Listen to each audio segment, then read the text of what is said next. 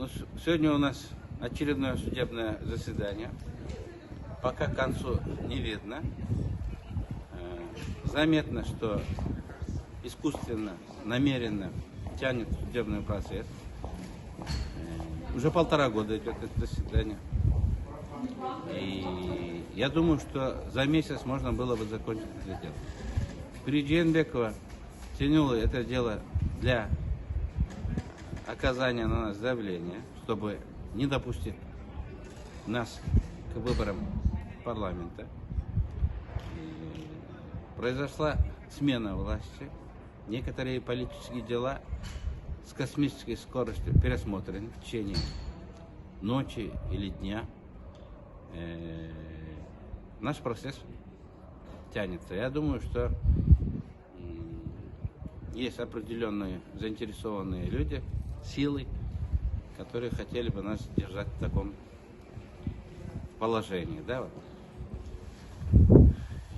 Но надеюсь, что благоразумие возьмет верх, суд примет законное, справедливое решение. Но пока еще тянут. Например, после революции прокуратура объявила бойкот нашему делу, саботировали, они не явились в заседание.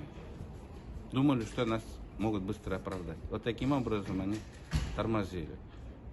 Целенаправленно они опаздывают на полчаса на судебное заседание.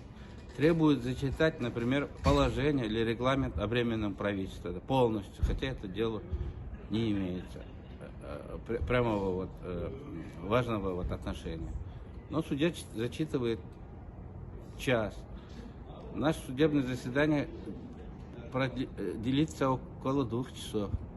2 раза в неделю. Вот такие. Если пойдет дело в таком темпе, к концу января, возможно,